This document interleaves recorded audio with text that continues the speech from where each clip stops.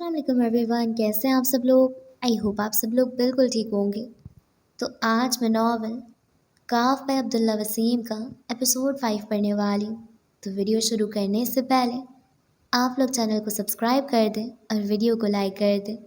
تو چلیے اسٹارٹ کرتے ہیں۔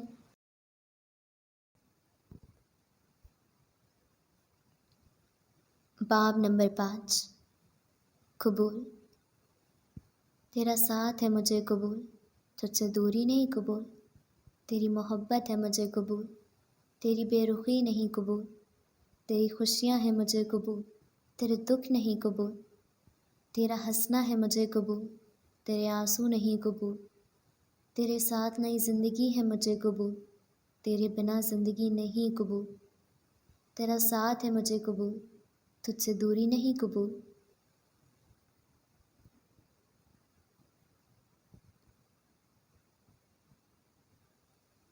یہ کیسے ہو سکتا ہے کہ میری زندگی میں میرے گھر والے کوئی عذاب نہ ڈالیں؟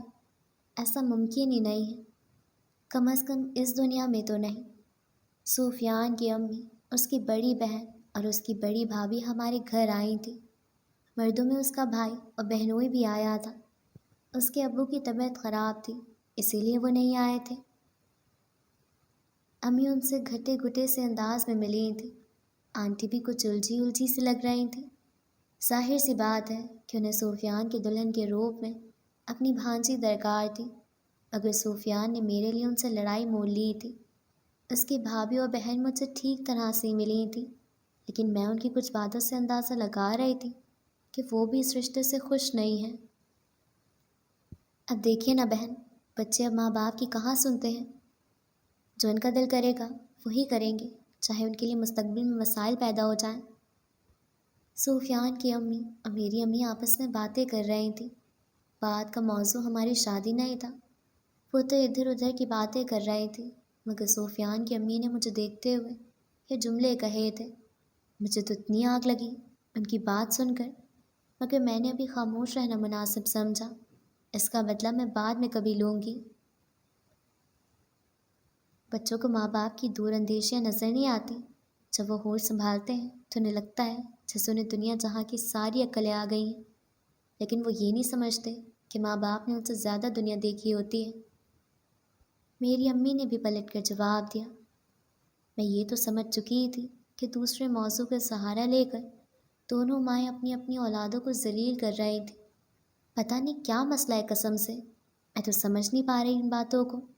آخر جب میاں بیوی راضی ہیں تو قاضی کیا کر سکتا ہے؟ فضول باتوں میں وقت ضائع کر رہے ہیں۔ اب میری بھانجی ہے، اس نے تعلیم کے لیے دوسرے شہر جانے کی فرمائش کی۔ میری بہن نے منع کیا کہ ایسے اکیلی لڑکی دوسرے شہر جا کر نہ پڑھے، یہ مناسب نہیں ہے۔ ضد کر کے چلی گئی۔ 4 دن بعد ہی ہاسٹل میں رہ کر نانی یاد آ گئی۔ اب آپ ہی بتائیں، بھلا ہاسٹل کا ماحول گھر جیسا ہو سکتا ہے؟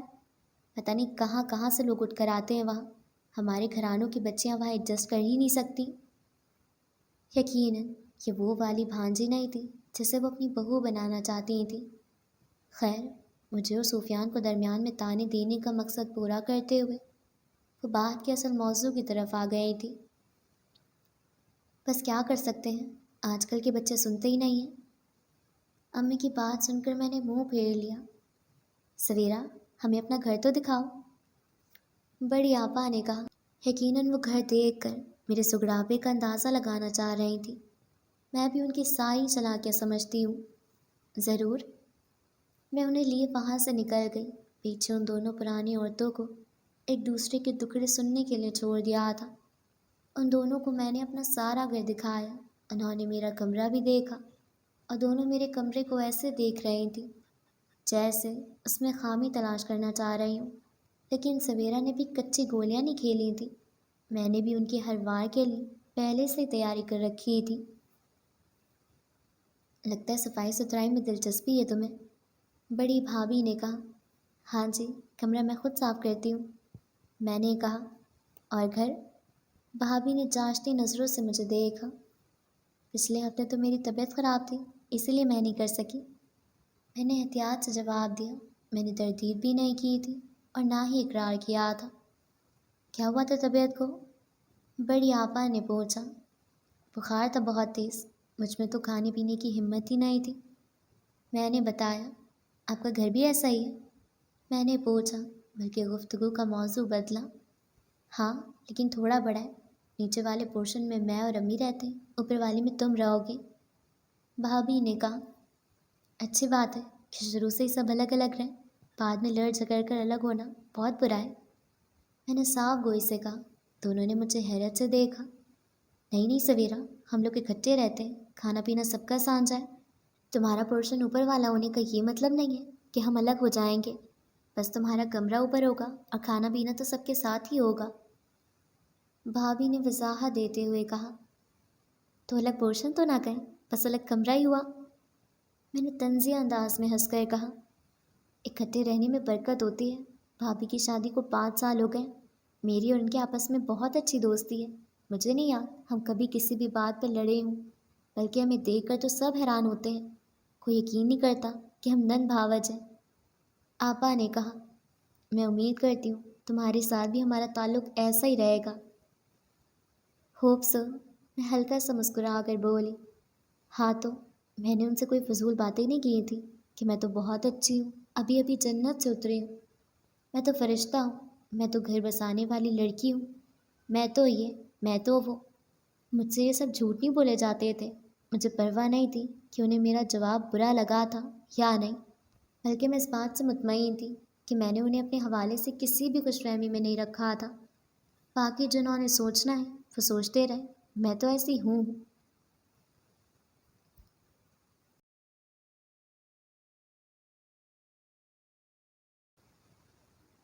ہاں، تمہیں بتا رہی تھی کہ میرے گھر والوں نے ضرور کچھ نہ کچھ۔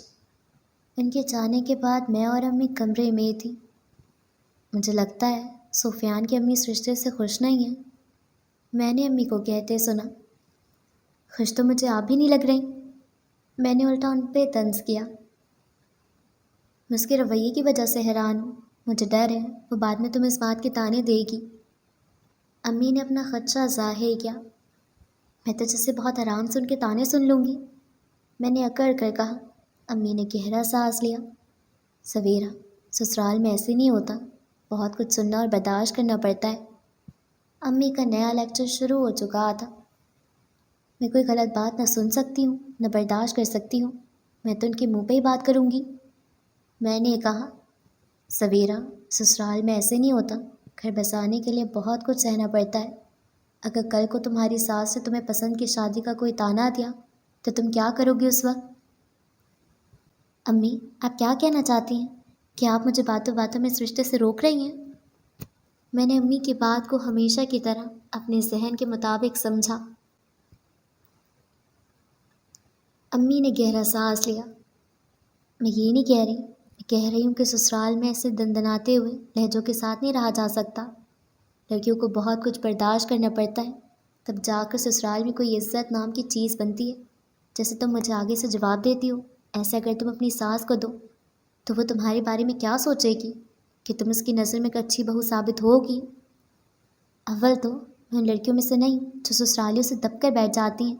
دوسری بات یہ کہ مجھے کوئی عزت نہیں چاہیے اپنے سسرالیوں کی نظر میں وہاں کوئی اچھی بہو کا میڈل جیتنے نہیں جا رہی، میں وہاں شادی کر کے جا رہی ہوں۔ میری زندگی کا محور تو سفیان ہی ہوگا نا، مجھے کیا لگے باقی سب سے۔ تیسری بات، میں جھوٹ برداشت نہیں کر سکتی۔ میری ساس نے اگر مجھے پسند کی شادی کے حوالے سے کوئی بھی تانا دیا تو میں کہوں گی، آنٹی ذرا اپنی اولاد سے بھی پوچھ لیں کہ وہ بھی مجھ سے شادی کے لیے مرے جا رہا تھا، اکیلی میں ہی نہیں تھی۔ میں بھلا ان سب کی باتیں کیوں سنوں، وہ بھی فضول باتیں۔ میں نے سر جھٹکا۔ تمہارا کیا بنے گا سویرا، تم زندگی کو سمجھتی ہی نہیں ہو۔ امی نے کہا، آپ سے زیادہ ہی سمجھتی ہوں، جیسے منہ بھر بھر کر آپ دونوں مائیں اپنی اولادوں کو ذلیل کر رہی تھیں۔ مجھے سب سمجھ آ رہا تھا۔ کیا بتانا چاہ رہی تھی آپ کہ میں آپ کی بات نہیں مانتی؟ ایک لڑکا پسند کر کے میں نے تو پتہ نہیں کون سا گناہ کر دیا ہے۔ آپ تو ابھی سے میری ساس کو باتوں باتوں میں میری نافرمانی سنانے لگ گئی ہیں۔ اب اگر میری سگی ماں ہی میرے ساس کے سامنے مجھے ذلیل کرے گی تو ساس سے میں کیا امید رکھوں؟ میں نے تنک کر کہا، ہاں تو امی کو احساس ہونا چاہیے، صرف امی کو۔ تم جذباتی ہو، زندگی سب جذبات کے سہارے نہیں جی سکتی۔ میں کوئی تمہاری بدتعریف ہی نہیں کر رہی تھی، میں نے تمہارے حوالے سے نہیں کہا تھا۔ امی نے کہا، بس کر دیں امی، میں آپ کو جانتی ہوں۔ میں نے پھر سے سر جھٹکا۔ میں اب کیا بولوں؟ میں تو تمہیں سمجھا ہی نہیں سکتی، تم کچھ زیادہ ہی بڑی ہو گئی، اسی لیے ہر بات کو الٹا ہی سمجھتی ہو۔ میں اب تمہیں کچھ نہیں سمجھاؤں گی۔ کل کو روتے ہوئے تمہیں جب خیال آئے گا نا کہ ماں صحیح تھی، تب ماں تمہارے آنسو صاف کرنے کے لیے نہیں ہوگی۔ اب تو بددعائیں دینے لگ گئی، کیسی ماں ہیں آپ؟ میں غصے سے اٹھ کر چلی گئی۔ یقیناً امی روئی ہوں گی، مگر مجھے اس وقت سفیان کو فون کرنا تھا۔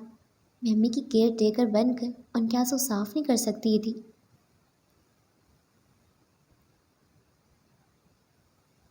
میں نے سفیان کو فون کیا۔ کیسا رہا سب؟ اس نے مجھ سے پوچھا۔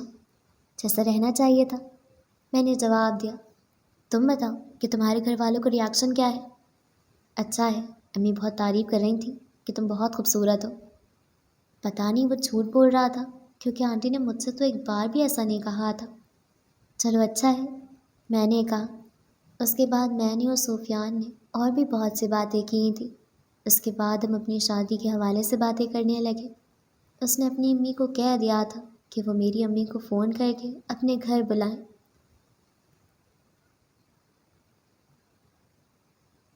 رات کے کھانے پہ ہم تینوں اکٹھے بیٹھے تھے۔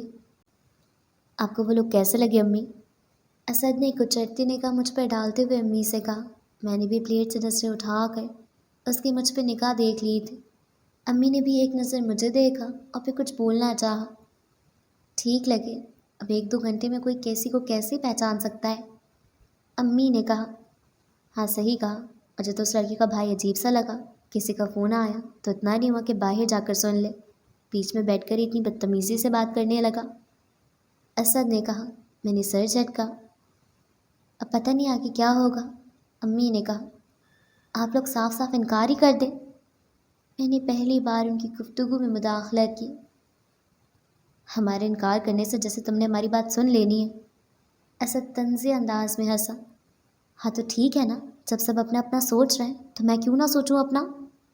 میں نے کہا۔ ہاں ضرور سوچو، ہم کون ہوتے تمہیں منع کرنے والے؟ تم بے شک خود کو پہاڑ کی چوٹی پہ لے جاؤ یا بے شک سمندر کی کسی گہرائی میں چلی جاؤ، میری اور امی کی توبہ ہے جو ہم تمہیں روکیں گے۔ اسد نے ہاتھ کھڑے کرتے ہوئے کہا۔ میرا تو چہرہ سرخ ہو گیا۔ میں آپ کے روکنے پہ رکنے والی بھی نہیں، یہ میری زندگی ہے، میں اسے جیسے مرضی چاہوں گی گزاروں گی، مجھے اس میں کسی ایرے غیرے کی مداخلت نہیں چاہیے۔ میں نے کہا۔ ہم ایرے غیرے تمہاری زندگی میں کوئی مداخلت نہیں کریں گے، تم بہت زیادہ عقلمند ہو، تمہیں ساری سمجھے بھی ہیں، تم جو کرنا ہے کرو۔ وہ سکون سے بولا۔ میں اور امی تمہیں گارنٹی دیتے ہیں کہ تم سے کچھ بھی نہیں کہیں گے، یہاں سے جانے کے بعد بے شک تم کبھی اس گھر میں واپس نہ آنا، ہم دونوں تمہیں کبھی بھی کچھ نہیں کہیں گے۔ اس کے لہجے میں اطمینان تھا اور میرے لہجے میں قہر۔ مجھے کوئی شوق نہیں ہے اس گھر میں آنے کا جہاں تمہارے جیسا بھائی ہو، جیسے اپنی بہن کو مردہ کہتے ہوئے کوئی شرم نہیں آئے۔ اور امی کون سا میری سگی ہے، وہ بھی تمہاری ہی سگی ہے، میں تو مر کر بھی یہاں قدم نہ رکھوں، تم لوگوں نے سوائے دکھ کے مجھے اور دیا ہی کیا ہے؟ میں غصے سے بولی۔ اسد ہنسا۔ تمہیں یہ تو بہت یاد ہے کہ ہم نے تمہیں کچھ نہیں دیا، ذرا یہ تو بتاؤ کہ تم نے ہمیں کیا دیا ہے؟ چلو ہم تو بہت برے ہیں، تم تو اچھی ہو، تم نے ہمارے لیے کیا کیا ہے؟ اسد چپ کر جاؤ بیٹا، امی نے مداخلت کی۔ کیوں چپ کروا رہی ہیں امی سے؟ وہ تو آپ کا پیارا بیٹا ہے، وہ تو کچھ غلط نہیں کہتا، اسے بولنے دیں، اپنی ساری نصیحتیں مجھے سنایا کرے، میں سب سے بری جاؤں؟ میں نے کہا۔ اسد کو نصیحتیں کرنے کی ضرورت ہی محسوس نہیں ہوئی کبھی، اپنے ابو کے بعد اس نے سب کچھ خود ہی سے سیکھ لیا تھا۔ امی نے کہا۔ میں تو پتہ نہیں کیوں یہاں آ کر بیٹھ گئی ہوں، میں ان لوگوں کے منہ لگنا ہی پسند نہیں کرتی تھی۔ میں اٹھ کر چلی گئی۔ سویرا وہ رسی ہے جو جل بھی جائے تو کبھی بھی اس کا بل نہیں جائے گا، میں نے اسد کو کہتے سنا۔ میں نے جواب دینا مناسب نہیں سمجھا۔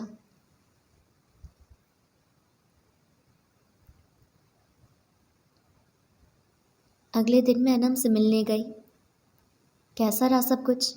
اس نے مجھ سے پوچھا۔ ہم دونوں اس کے کمرے میں تھے، چائے کے 2 کپ بھی ہم دونوں کے ہاتھوں میں تھے۔ تمہیں تو پتہ ہی ہے، اگر پسند کی شادی کرنے کے لیے گھر والوں کے سامنے اس طرح سے زبان چلا لو تو وہ کہاں برداشت کرتے ہیں۔ ادھر میری امی اور ادھر سفیان کی امی، توبہ ہے دونوں اکٹھی ہو گئیں۔ اور باتوں باتوں میں اپنی اپنی اولادوں کی نافرمانیاں گنوا رہی تھیں۔ پتہ نہیں مسئلہ کیا ہے انہیں، کیا ہو جائے گا اگر بغیر کسی مسئلے کے مان جائیں۔ ویسے تو ماں باپ بڑا کہتے ہیں کہ ہمیں اولادوں سے بڑھ کر کچھ نہیں ہوتا، پھر ایسے موقعوں پہ کیا ہو جاتا ہے؟ میں نے سر جھٹکا۔ انم ہنس پڑی۔ یہ تو ہر جگہ ہوتا ہے سویرا، کوئی نئی بات بتاؤ۔ میں تو زیادہ باتیں نہیں کر سکی ان سے۔ تھوڑی دیر کے لیے سفیان کی بھابھی اور بہن کو لے کر گھر کے دکھانے چلی گئی تھی۔ مجھ سے پوچھنے لگی کہ صفائی کون کرتا ہے، کمرہ بہت صاف ہے، وغیرہ وغیرہ۔ میں نے بتانا شروع کیا۔ آگے سے جناب عالیہ کی بات سنو، کہتی ویسے تم اوپر والے پورشن میں رہو گی لیکن کھانا پینا سب کا اکٹھا ہی ہوتا ہے۔ میں نے کہا پھر آپ یہ تو نہ کہیں کہ میرا پورشن علیحدہ ہے۔ دیکھو کتنی تیز ہے، باتوں باتوں میں اپنی باتیں بھی سنا گئی اور میری ٹو بھی لے گئی۔ میں نے بھی صاف منہ پہ کہا تھا۔ انم ایک بار پھر ہنس دی۔ دور کے ڈھول سہانے ہی لگتے ہیں، سسرال میں بہت کچھ برداشت کرنا پڑتا ہے، گھر ایسے نہیں بسائے جاتے۔ اب ہماری امیوں نے ہمارے دادکے میں کتنا کچھ برداشت کیا ہوگا، اس کا نتیجہ تم دیکھو کہ آج ان کا کیا مقام ہے۔ بہت بدل جاتی ہے زندگی، اور انسان اپنے سے پہلے دوسروں کا، بلکہ دوسروں کا نہیں کہنا چاہیے، اپنے گھر والوں کو سوچتا ہے۔ سسرال کو اپنا گھر سمجھ کر ہی خوش رہا جا سکتا ہے۔ انم نے کہا تم اپنی فلاسفیاں اپنے پاس رکھو، میں وہاں کوئی ایوارڈ جیتنے نہیں جا رہی۔ میں دیکھتی ہوں یہ لوگ کیا کرتے ہیں۔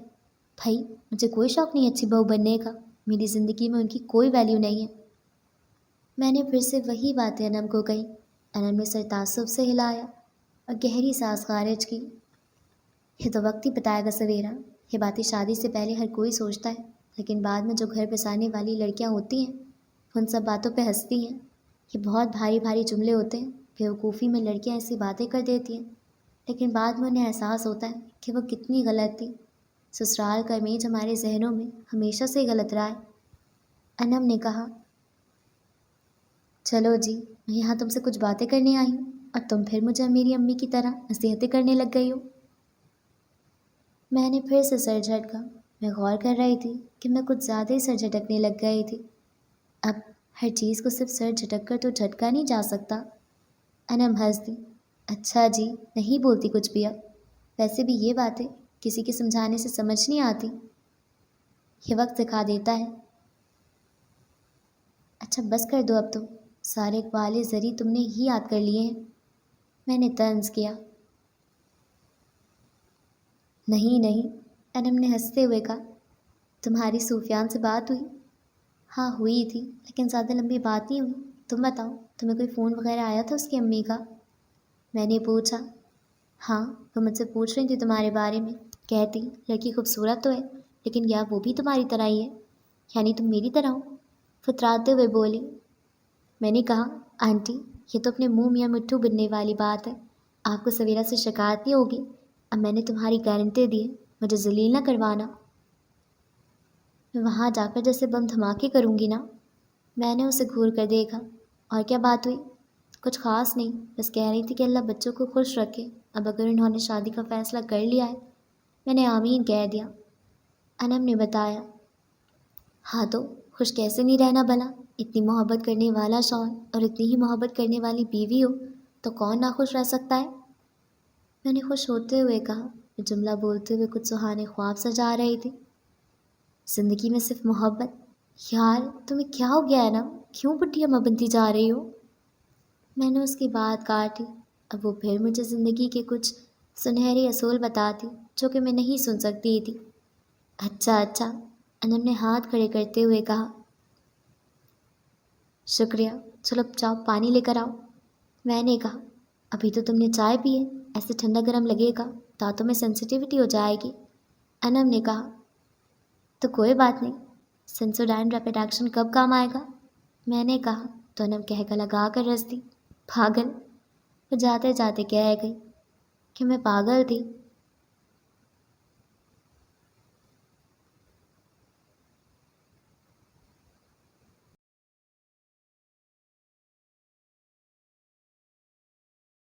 سفیان کی امی نے ہمیں اپنے گھر بلایا۔ اس دن میں امی کے ساتھ کچن میں کھڑی تھی جب امی نے یہ خبر سنائی۔ کب؟ آپ نے بتایا نہیں کہ ان کا فون آیا تھا، نہ ہی سفیان نے بتایا۔ میں نے کہا امی نے افسوس بھری نگاہوں سے مجھے دیکھا۔ تم اپنے کمرے سے باہر کب نکلتی ہو جو ہم تمہیں کوئی بات بتائیں؟ جب بھی نکلتی ہو یا دو نم کے گھر جانا ہوتا ہے یا کھانا کھانا ہوتا ہے۔ آپ کو میری شکل دیکھ کر صرف تانے دینا ہی یاد رہتا ہے، ہر وقت امی، ہر وقت۔ میں نے تنگ آنے والے انداز میں کہا۔ تم تو اپنی باتیں بھی تو دیکھا کرو۔ امی نے کہا۔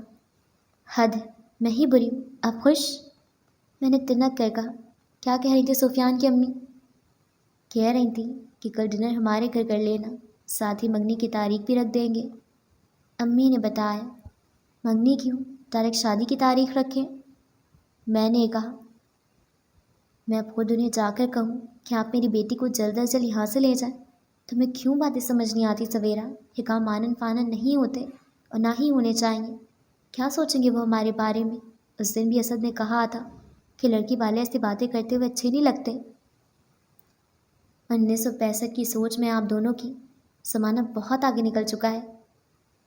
ہمیں کوئی شوق نہیں ہے۔ زمانے نے میک اپ سے اپنے گال لال کیے ہوئے ہیں تو ہم تھپڑ مار کر لیں۔ پتہ نہیں کب عقل آئے گی، امی نے غصے سے کہا۔ ایک میں ہی تو بے عقل رہ گئی ہوں ادھر، وہ کہتے ہوئے باہر چلی گئی۔ یہ لڑکی کب سمجھے گی؟ کبھی نہیں۔ میں نے بھی ڈٹ کر جواب دیا۔ ہاں تو ٹھیک ہے، جو ہے سو ہے۔ امی اور اسد نے آج رات سفیان کے گھر جانا تھا۔ میں نے سفیان کو فون ملایا۔ میں اپنے کمرے میں تھی۔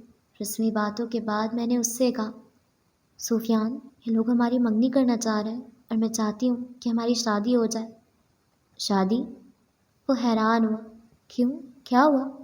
مجھے اس کا حیران ہونا عجیب لگا۔ یار، شادی کے لیے ابھی گھر والے نہیں مانیں گے۔ سفیان نے کہا۔ ایک تو تمہارے گھر والے۔ میں نے سر جھٹکا۔ بعد میں بھی تو شادی کرنی ہے، تو ابھی کیا تکلیف ہے؟ انہیں ایسی بات نہیں ہے۔ اصل میں امی بڑی مشکل سے مانی تھی اس رشتے کے لیے۔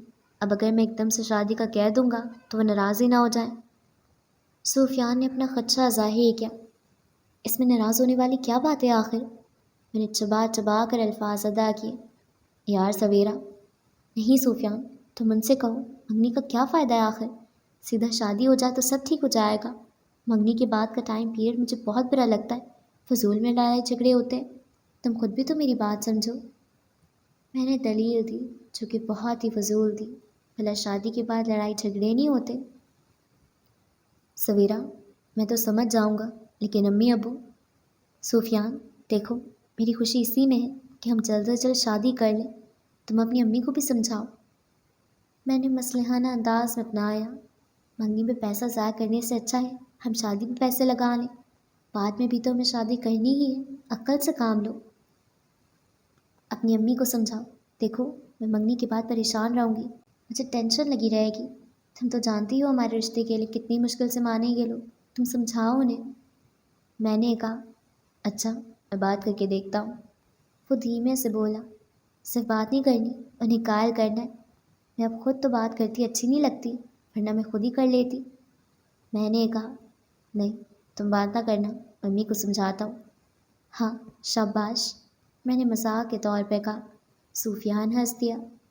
تم تو ایسے شاباشی دے رہی ہو جیسے میری استانی ہو۔ سفیان نے کہا، ہاں ہوں، اور جب جب تم میری بات مانو گے میں ایسے ہی تمہیں شاباشیاں دیتی رہوں گی۔ میں نے ہنس کر کہا۔ اس کے بعد اوٹ پٹانگ باتیں ہوئی اور ہم نے فون بند کر دیا۔ دیکھا، میں نے سفیان کو منا لیا تھا کہ وہ اپنی امی اور ابو سے بات کرے۔ اس کے ابو تو خاص شریف لگتے ہیں، کچھ نہیں بولیں گے، مگر اس کی امی تو توبہ، ایسی تیز ترار عورت لگتی ہے کہ بس اب کیا بولوں۔ اب سفیان اپنی امی سے بات کرے گا، بلکہ انہیں منائے گا۔ میں نے اسے کہا ہے وہ میری بات نہیں ٹالے گا۔ وہ کیسے ٹال سکتا ہے؟ آخر کو وہ مجھ سے محبت کرتا ہے، اور اچھا ہی ہے ابھی سے اسے پتہ ہو کہ اپنی اور اپنی بیوی کی بات کیسے منوانی ہے۔ ظاہر ہے آگے بھی ایسے بہت سے مواقع آئیں گے کہ اسے اپنے گھر والوں سے بات کرنی پڑے گی۔ میں نہیں چاہتی بعد میں بدمزگی ہو، تو اسی لیے انہیں بھی ابھی سے پتہ ہونا چاہیے کہ ویسے تو آئے گی نہیں، اور اب اتنی تیز آئے گی۔ ابھی سے اسے پتہ ہو کہ اپنی اور اپنی بیوی کی بات کیسے منوانی۔ ظاہر ہے آگے بھی ایسے بہت سے مواقع آئیں گے کہ اسے اپنے گھر والوں سے بات کرنی پڑے گی۔ میں نہیں چاہتی بعد میں متبزگی ہو، تو اسی لیے انہیں بھی ابھی سے پتہ ہونا چاہیے کہ سفیان کی نظر میں میری کتنی اہمیت ہے۔ ان سب کو مجھے اور سفیان کو ایسے ہی قبول کرنا ہوگا۔ جب میں انہیں قبول کرنے کو تیار ہوں تو انہیں بھی ایسا کرنا چاہیے۔ قبول، اس سے قبل کہ کچھ برا ہو